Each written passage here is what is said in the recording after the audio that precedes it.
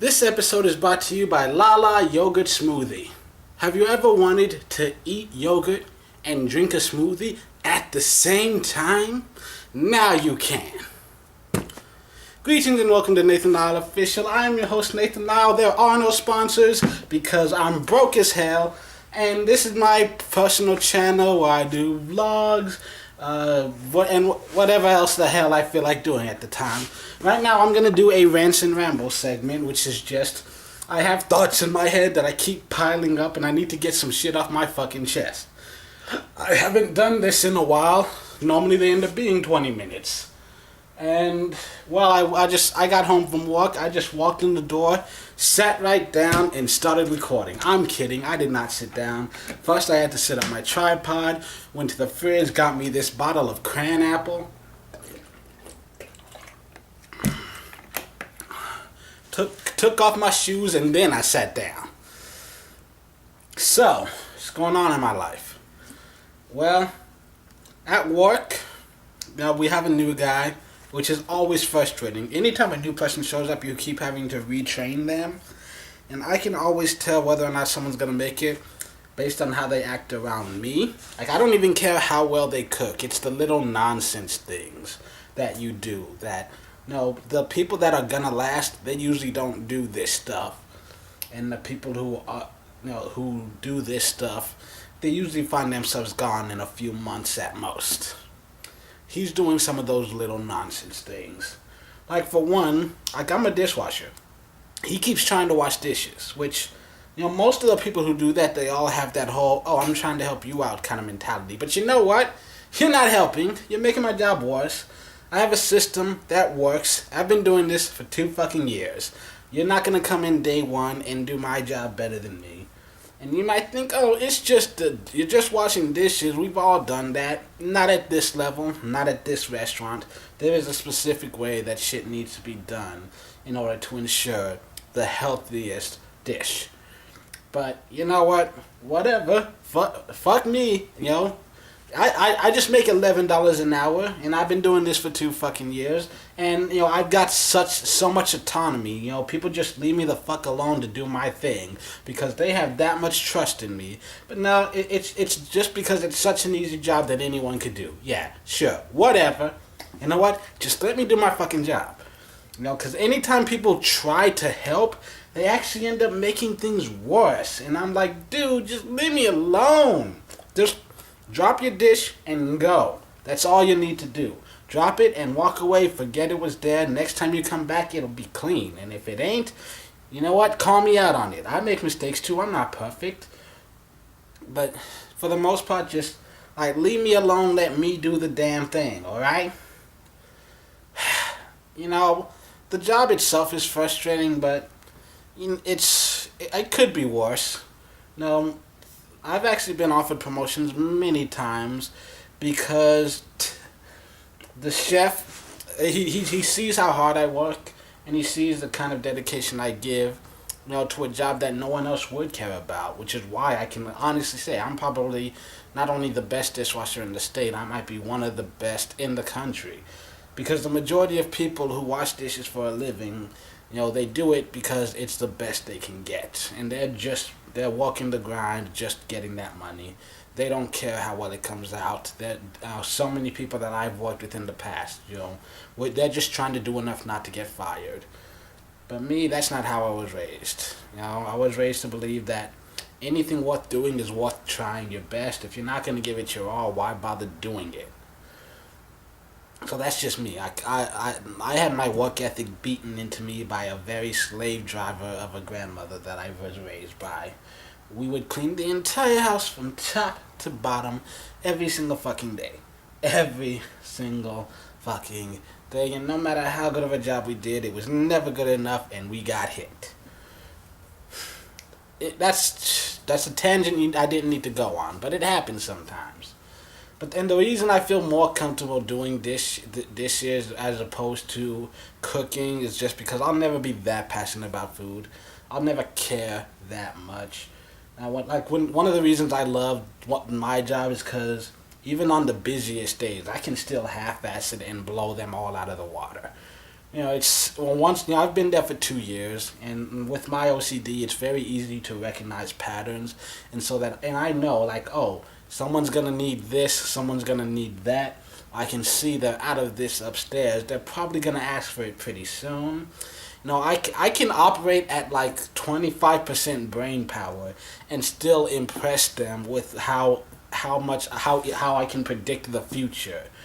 It's because I've been there, done that. It's the same shit every fucking day. And a lot of people say, well, don't you get tired of the monotony? No, I love the monotony. It makes life so much easier. I mean, I don't mind living a boring life from time to time just because, like, hey, I know how it goes and I feel like I can master it. Like a video game, when you play it over and over again and you learn all of the combos and every special move and you're able to beat any opponent. You can take pride in that. I like that I've mastered this skill set. I can take pride in the fact that I can do it at a level that the majority of people on this planet can't. Although there is an asterisk by it just by the mere fact that the reason the majority of the people on this planet can't operate at that higher level is because they don't try to. But whatever, it's all good. What?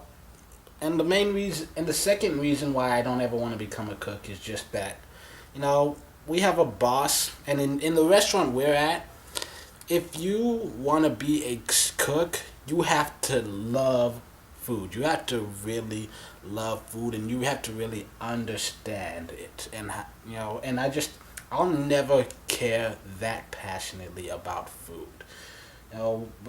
My boss, if you ask him, hey, should I put salt in this? He will give you a fucking 4-hour lecture on the entire unabridged history of salt, how it was discovered, why it was first used. He'll give you the scientific breakdown. 1 sodium atom, 2 chlorine atoms, and he'll be like, it reacts well with this, and that, this, and that. And then 3 hours later, he'll finally answer your original question with a yes or no, after giving you, the whole lecture. And I'm just like, I tune him out most of the time. I really can. I'm just like, give me a yes or no. That's all I'm listening for. Like, if I ask him any question at all, anything, it's like, hey, where do I put this? Well, we usually blah, blah, blah, but I think blah, blah, blah. And I'm like, just 7 words or less. I actually had to say that to him once. Your answers must be limited to just 1 sentence. And he looked at me like I was crazy. He honestly doesn't know how to do that. I forget a 1-word answer. He can't even do a 1-paragraph answer. That's the kind of person he is in general. But especially when it comes to food, which he loves so much and knows so much about. And it's something that I think all of us can relate to in some way. Because, like, people always wonder why I know so much about music. I was not born knowing any of this shit. It's just that I always enjoy learning the facts, why this song was written, how long it got written, the meaning behind the words, the kind of reception that it got, the time spent on the chart. I love, music is something that I can play at any time of the day for any reason. Now, a lot of people ask me how I can listen to so many sad songs, and part of it probably has to do with the depression, but also just in general, like, sad songs don't make me sad, because even when I'm happy and in a great mood, I can hear this sad song and I can just appreciate it for the beautiful masterpiece that somebody in this world put together. Writing this beautiful poetry, orchestrating these melodic tones with these instruments. It's wonderful, and I just love that. And and every time I learn facts about music, it excites me in a way I can't describe. Music has probably always been my first love. Like, something I just learned earlier this year about All For One of my favorite bands growing up. It's so funny. Most of their songs are not actually their songs. Like, their 2 biggest hits, I Swear and I Can Love You Like That, covers of a country artist named John Michael Montgomery. And fun fact is, All for One, like John Michael Montgomery released his I Swear, and it was like number one on the country charts, but it never made like the American top 40. And then 3 months later, only 3 months later, not All for One releases the R&B cover of it, and it's 13 weeks. It's number one on like every single chart, which just shows you how much Americans don't like country, especially back then. Country has always been such a niche audience, a very loyal and dedicated audience, but relatively niche compared to other genres like rock, rap, R&B.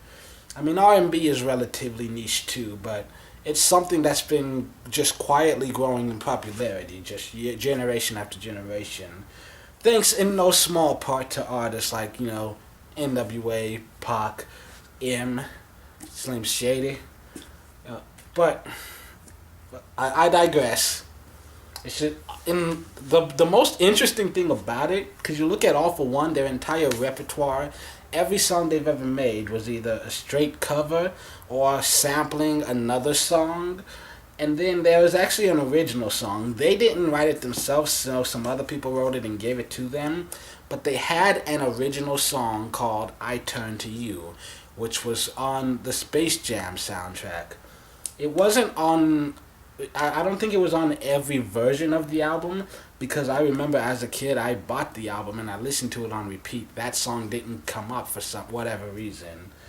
Like, it just wasn't on there, which is, I actually had my mom buy that album because I loved All for One so much. And I remember the first time I even watched that movie, listening to the end credits and hearing them, and I'm like, that's All for One. I want this album just so I can hear them sing, and they weren't even on it, and I was disappointed. Still a great album, though, which is probably the main reason why they had no success, because, I mean, that Space Jam came out in '96, which was a great year for music, and they weren't even like, I don't even know if that song was one of the top five on the album. I mean, of course you had like R. Kelly, Believe I Can Fly, everyone loved that.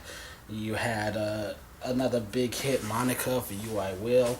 You had so many songs on that album. Seal's cover of Fly Like an Eagle. There's just, there were enough great songs on there that All for One's song just kind of fell back. It fell victim to just oversaturation. There were so many great songs that this one just didn't get much attention paid to it until 4 years later when Christina Aguilera covers it. If you lost track of the story, it's funny because, to find out that one of my favorite artists of all time, someone that I listened to so often growing up, every single song of theirs was either a cover or, sampling some other people's songs. And one of the few original pieces of music that they ever made, that was the only thing that didn't chart and didn't become a hit until someone else covered it. And I find information like that endlessly fascinating. Though I'm sure there are people watching this video who just fell asleep by now. In which case, good night. So yeah, I just wanted to say some things. Oh, by the way, I'm making comic books. So, good night. Oh, you're still here? I guess you want more information then. Well, too bad. You get nothing.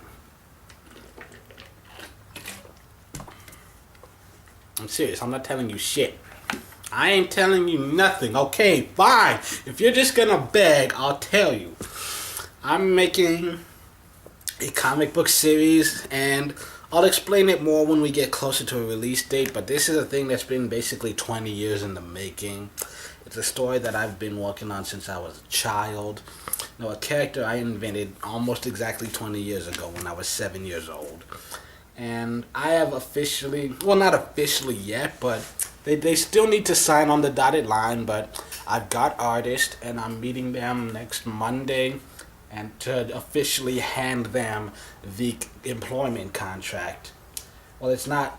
Well, it's got a different word because they're not actually going to be employees. I'm hiring them as independent contractors. But I'm going to give them that contract agreement, and they're going to sign it, And in December, I'm going to start paying them. And so these artists are going to bring to life this comic book that I made. The story is complete. I did some preliminary storyboards. I'm probably going to have to make them, redo those a little bit before we officially make there's a lot of work to do as we move forward, and it'll be months. Like, honestly, it's probably gonna be summer before the first book is actually released. But I'm also thinking of doing other things, like you can take the characters and put them on merch, like shirts and posters and stickers. There's a lot to still be decided, but I'm excited because for the first time in a while, it looks like my life could actually be going in the right direction. I might actually be headed somewhere that I want to be, and so I'm really excited. Things are happening for me. I'm also working on an autobiography. I wanted to get it done as soon as possible because honestly, I wanted to tell the story of struggling through life, from the perspective of someone who has yet to succeed. Because for me, it always feels like bullshit when you have all these people saying, follow your dreams. And I'm just like, easy for you to say all of your dreams have come true. You got everything you fought for. What about me? Like, well, I have no reason to believe. And so that's why I decided to start writing this.